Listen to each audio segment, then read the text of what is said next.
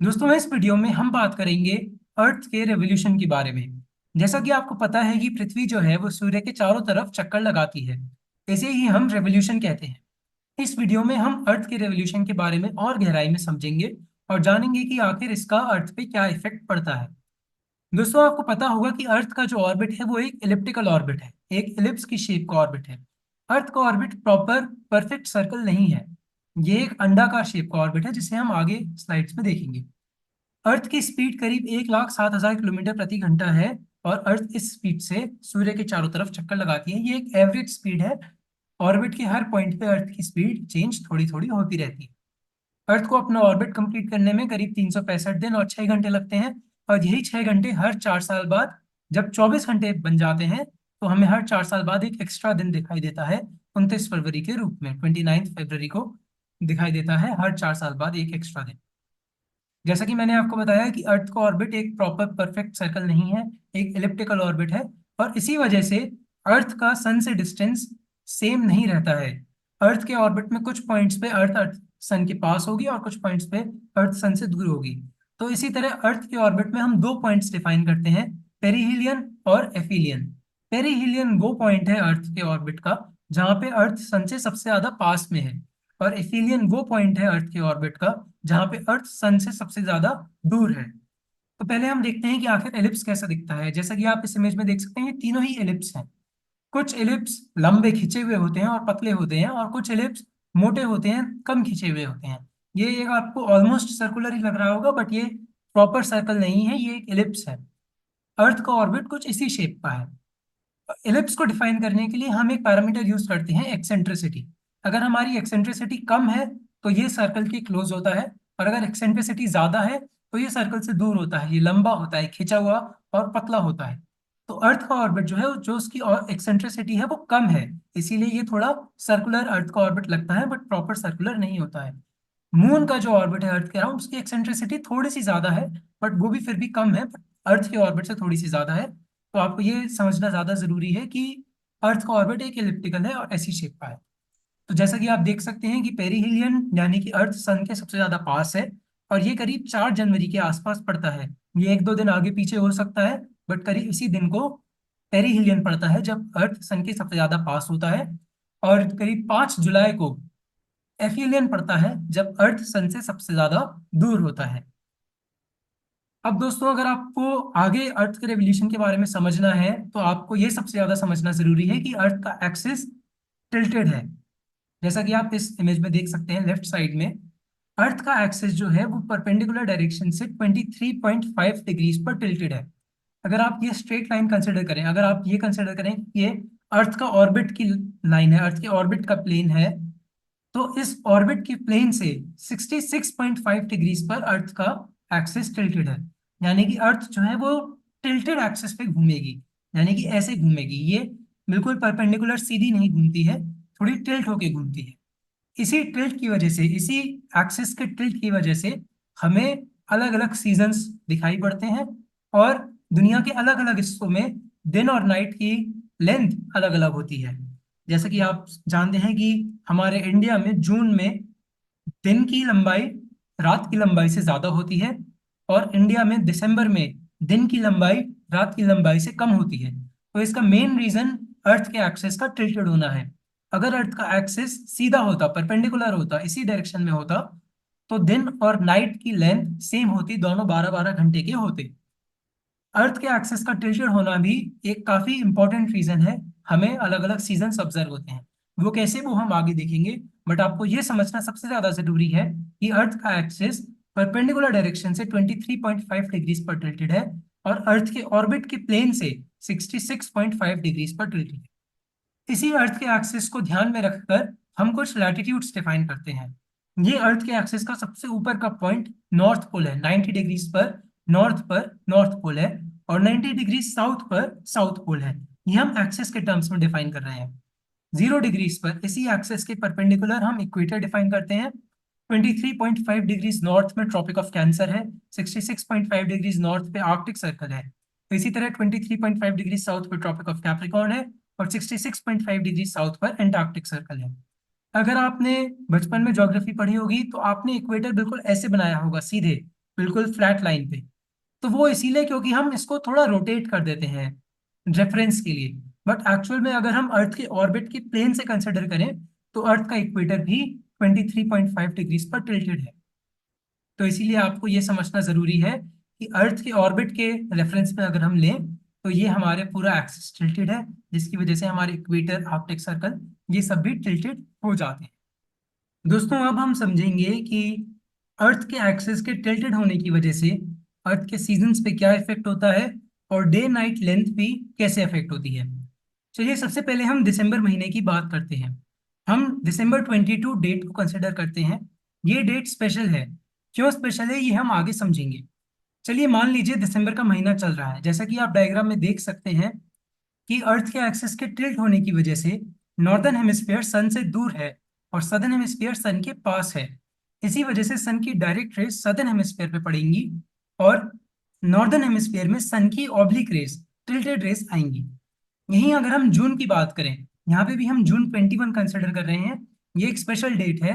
क्यों है वो हम आगे देखेंगे, लेकिन अगर आप जून की बात करें तो जैसे कि आप देख सकते हैं नॉर्दर्न हेमिस्फीयर सन की तरफ ज्यादा है और सदर्न हेमिस्फीयर सन से थोड़ा दूर है, जिस वजह से सन की डायरेक्ट रेस नॉर्दर्न हेमिस्फीयर पे पड़ेंगी और सदर्न हेमिस्फीयर में सन की ऑब्लिक रेस हमको दिखाई देगी। यहीं अगर हम मार्च 21 और सितंबर 23 की बात करें, ये भी दोनों स्पेशल डेट्स हैं। क्यों, ये भी हम आगे देखेंगे। जैसा कि आप देख सकते हैं कि इन डेट्स पे ना तो नॉर्दर्न हेमिस्फीयर ना सदर्न हेमिस्फीयर कोई भी सन के तरफ टिल्टेड नहीं है। तो इसीलिए इन दोनों दिनों पे सन की डायरेक्ट रेस इक्वेटर पे आपको पड़ती हुई दिखाई देंगी। इस वजह से जैसे कि अगर आप दिसंबर में देखें, क्योंकि डायरेक्ट रेस सदर्न हेमिस्फीयर पे पड़ रही हैं, तो आपको सदर्न हेमिस्फीयर में समर्स दिखाई देंगी और नॉर्दर्न हेमिस्फीयर पे विंटर्स दिखाई देंगी।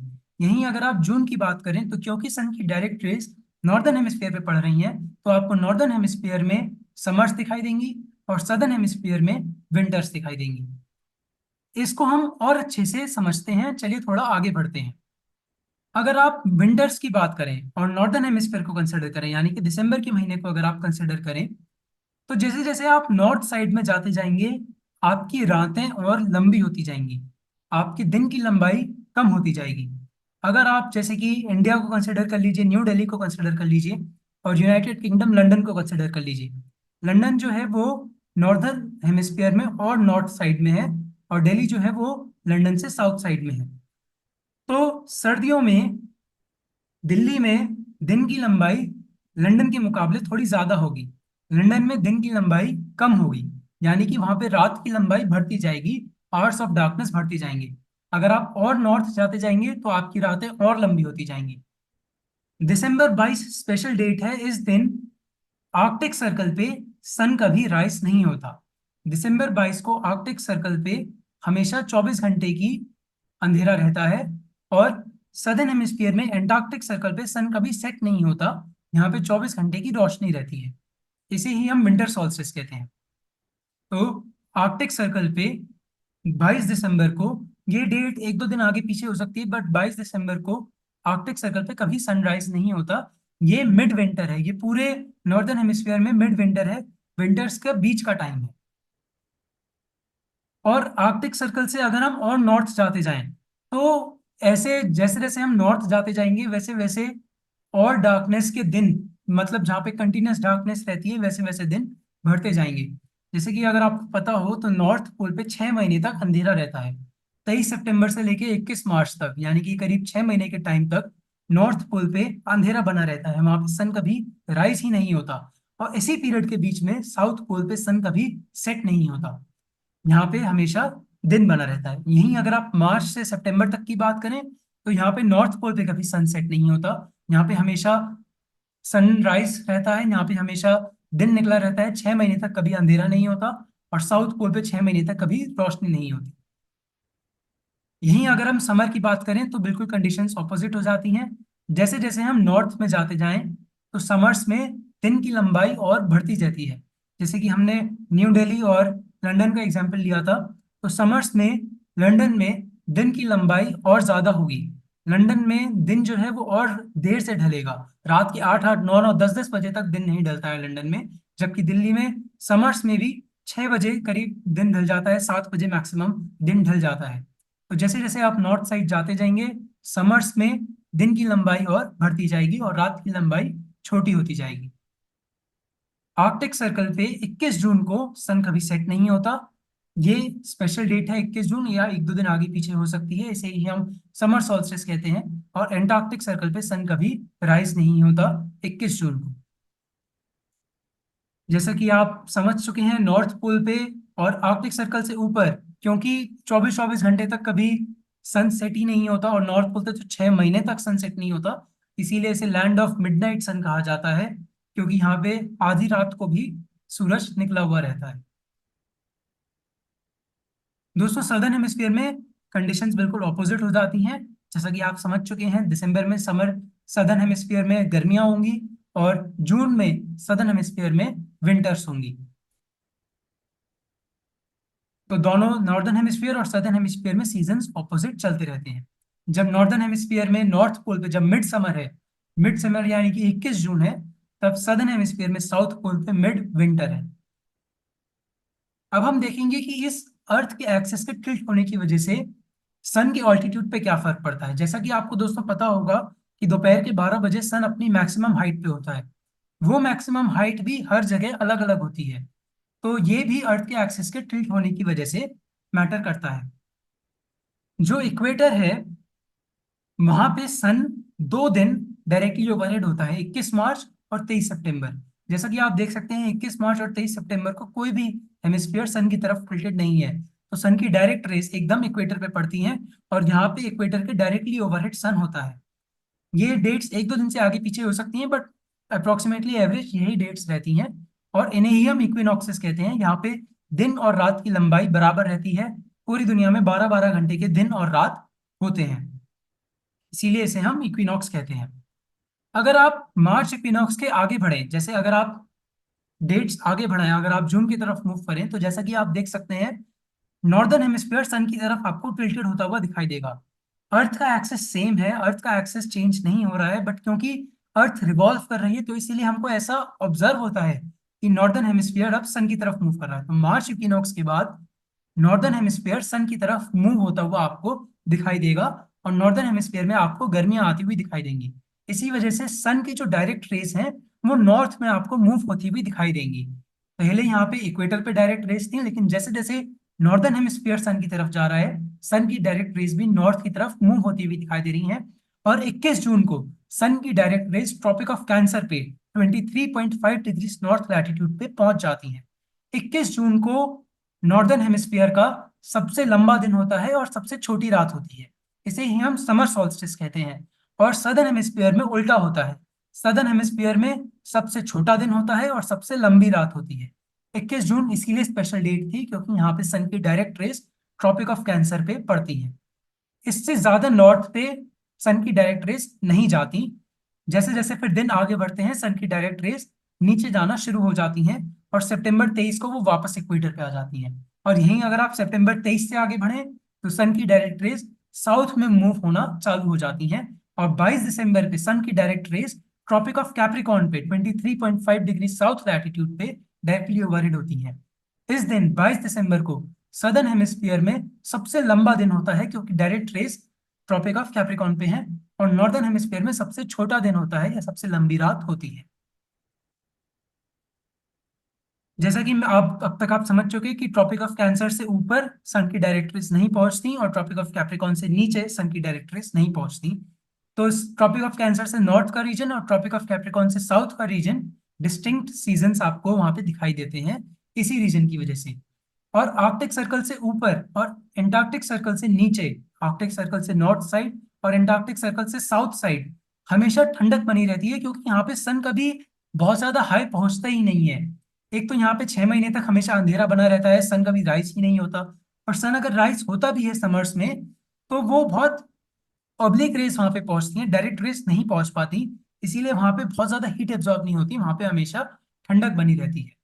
और ट्रॉपिक ऑफ कैंसर और ट्रॉपिक ऑफ कैप्रिकॉर्न के बीच का जो एरिया है, जो ट्रॉपिक्स के बीच का एरिया है, वहां पे सन की डायरेक्ट रेस पहुंचती हैं, वहां पे सन की डायरेक्ट रेस साल में 2 बार पहुंचती हैं, इसीलिए वहां पे सीजन्स ऑलमोस्ट इनडिस्टिंग्विशेबल है। वहां पे हमेशा गर्मी सी ही बनी रहती है, वहां पे विंटर्स बहुत ज्यादा एक्सट्रीम नहीं होती हैं। तो अगर आप इक्वेटर के पास का रीजन लें, जैसे कि अगर आप दक्षिण भारत का रीजन लें, सदर्न इंडिया का रीजन लें, या श्रीलंका के आसपास का रीजन लें, तो वहां पे एक्सट्रीम विंटर्स नहीं होती हैं। वहीं अगर आप न्यू दिल्ली कंसिडर करें या उससे नॉर्थ का रीजन कंसिडर करें जो कि ट्रॉपिक ऑफ कैंसर से ऊपर है, तो वहां पे आपको एक्सट्रीम विंटर्स ऑब्जर्व करते हैं और वहां पे एक्सट्रीम समर्स भी होती हैं। तो इसी वजह से आपको सीजन्स वहां पे वेरी होते हुए दिखाई देते हैं। अब सीजन्स का मेन रीजन आपने समझ लिया कि अर्थ के एक्सिस का टिल्ट होना है। अगर आप समर्स की बात करें, भले ही आप नॉर्दर्न समर्स की बात करें या सदर्न समर्स की बात करें, आप नॉर्दर्न हेमिस्फीयर की समर्स की बात कर लीजिए, जून के महीने की बात कर लीजिए। यहाँ पे नॉर्दर्न हेमिस्फीयर में डायरेक्ट सन रेज पड़ रही हैं और सन भी काफी हाई है।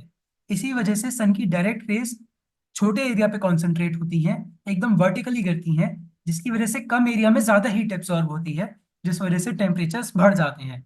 क्योंकि दिन भी लंबे होते हैं तो इसीलिए हीट जितनी एब्जॉर्ब होती है उतनी रात में लॉस्ट नहीं हो पाती। रात में हीट इतनी ज्यादा लूज नहीं कर पाती अर्थ, इसीलिए गर्मी भी एक्यूमुलेट होती रहती है और गर्मियां बढ़ती हैं। यही केस सदर्न हेमिस्फीयर में दिसंबर के महीने में होता है, ये सितंबर से मार्च तक के महीनों में होता है। जैसे जैसे सदर्न हेमिस्फीयर सन के पास आता है, वैसे वैसे सदर्न हेमिस्फीयर में दिन की लंबाई बढ़ना चालू हो जाती है और हीट वहां पे एक्यूमुलेट होना चालू हो जाती है। तो इसीलिए गर्मियों में बहुत ज्यादा गर्मी होती है, समर्स में बहुत ज्यादा गर्मी होती है। विंटर्स में सन की ऑब्लिक रेस पहुंचती हैं, टेढ़ी रेस पहुंचती हैं। सन की ज्यादातर हीट अर्थ का एटमॉस्फेयर अब्जॉर्ब कर चुका होता है, इसी वजह से बहुत ज्यादा हीट अर्थ भी अब्जॉर्ब नहीं कर पाती और बहुत ज्यादा एरिया के ऊपर भी कम रेस पहुंचती है, इसीलिए वहां पे टेम्परेचर कम बना रहता है। विंटर्स में इसीलिए टेम्परेचर कम रहता है क्योंकि रातें भी ज्यादा लंबी होती हैं, तो इसीलिए हीट लॉस भी आसानी से हो जाता है। तो इसीलिए ये भी एक मेन रीजन है समर्स और विंटर्स के होने का। इस डायग्राम में आप देख सकते हैं, ये डायग्राम थोड़ा क्लियर नहीं है बट इस डायग्राम में आप फिर भी समझ सकते हैं। सन की वर्टिकल पोजीशन को आप समझ सकते हैं। आप 21 जून से स्टार्ट करिए, समर सॉल्स्टिस है, यहाँ पे ट्रॉपिक ऑफ कैंसर पे सन डायरेक्टली ओवरहेड है। जैसे जैसे दिन आगे बढ़ेगा सन साउथ साइड में मूव करेगा। ऑटम इक्विनॉक्स आ गया, यहाँ पे सन इक्वेटर के डायरेक्टली ओवरहेड है सितंबर 23 को। इस ऑटम इक्विनॉक्स के बाद सन साउथ साइड में मूव करना चालू हो जाता है, जिसके बाद से सदर्न हेमिस्फीयर में गर्मियां आना चालू हो जाती हैं और दिसंबर के महीने तक सन जो है ट्रॉपिक ऑफ कैप्रिकॉर्न पर डायरेक्टली ओवरहेड हो जाता है और यहाँ पे बिल्कुल मिड समर होती है सदर्न हेमिस्फीयर में और नॉर्दर्न हेमिस्फीयर में मिड विंटर होती है। इस दिन के बाद से सन वापस नॉर्थ मूव करना चालू कर जाता है। फिर 21 मार्च को वो स्प्रिंग इक्विनॉक्स होता है, इक्वेटर के ऊपर डायरेक्टली ओवरहेड होता है। फिर इसके बाद से सन वापस नॉर्थ में मूव करना चालू हो जाता है। तो यह सन की डायरेक्ट वर्टिकल रेस का मूवमेंट बना रहता है। ट्रॉपिक ऑफ कैंसर और ट्रॉपिक ऑफ कैप्रिकॉर्न से बियॉन्ड सन की डायरेक्ट वर्टिकल रेस नहीं पहुंचती, इसीलिए ट्रॉपिक्स का रीजन काफी गर्म भी बना रहता है। तो इसीलिए आपको ये समझना जरूरी है। अब हम ये भी समझेंगे कि क्या पेरिहिलियन और एफिलियन की वजह से भी सीजन्स में कोई फर्क आता है। जैसे कि हमने देखा कि पेरिहिलियन वो पॉइंट है जहाँ पे अर्थ सन के सबसे ज्यादा पास है। तो आप सोचेंगे कि अगर अर्थ सन के पास है तो अर्थ पे ज्यादा गर्मी होनी चाहिए, और क्योंकि पेरिहिलियन जो है वो जनवरी में आता है तो जनवरी में गर्मी ज्यादा होनी चाहिए। लेकिन ऐसा नहीं होता। अगर ऐसा होता तो फिर हमें जनवरी में भी गर्मियां देखने को मिलती, बट ऐसा रीजन नहीं है। इसका मेन कॉज ये है कि जो डिस्टेंस चेंज इतना ज्यादा सब्सटैंशियल डिस्टेंस चेंज नहीं है। बहुत ज्यादा अर्थ सन से दूर ज्यादा नहीं जाती, ना उसके बहुत ज्यादा पास जाती है, इसीलिए सीजन्स को अफेक्ट कर सके इतना ज्यादा टेम्परेचर चेंज नहीं होता है। सीजन्स का मेन कॉज अर्थ के एक्सिस का टिल्टेड होना है और अर्थ का रेवोल्यूशन होना है। पेरिहिलियन और एफिलियन सीजन्स में चेंज नहीं करते क्योंकि जो डिस्टेंस डिफरेंस है वो बहुत ज्यादा नहीं है। जैसा कि आप देख सकते हैं पेरिहिलियन और एफिलियन में करीब करीब 50 लाख किलोमीटर का फर्क है। तो इसीलिए ये बहुत ज्यादा सब्सटैंशियल डिफरेंस नहीं है कि भाई पेरिहिलियन पे एकदम अर्थ गर्म होने लगे, ऐसा नहीं होता है। ये आप यहाँ पे समरी देख सकते हैं, पेरिहिलियन जो है जो जनवरी में आता है, एफिलियन जुलाई 4 के करीब आता है। यहाँ पे दिसंबर सॉल्स्टिस है जहाँ पे सन जो है डायरेक्टली ट्रॉपिक ऑफ कैप्रिकॉर्न के ओवरहेड है। जून सॉल्स्टिस है जहाँ पे सन जो है डायरेक्टली ट्रॉपिक ऑफ कैंसर के ओवरहेड है। और इक्विनॉक्सेस है जहाँ पे सन इक्वेटर के ओवरहेड होता है। तो दोस्तों मैं एक्सपेक्ट करता हूँ कि आपने कुछ नया इस वीडियो में जरूर सीखा होगा। अगर आपको ये वीडियो पसंद आया तो इसको लाइक जरूर करिए। मैंने अपनी तरफ से पूरी कोशिश करी है कि आपको ये कॉन्सेप्ट क्लियर हो। आपने कुछ नया अगर सीखा तो इसको लाइक करिए, चैनल को सब्सक्राइब करिए। वीडियो देखने के लिए आपका धन्यवाद।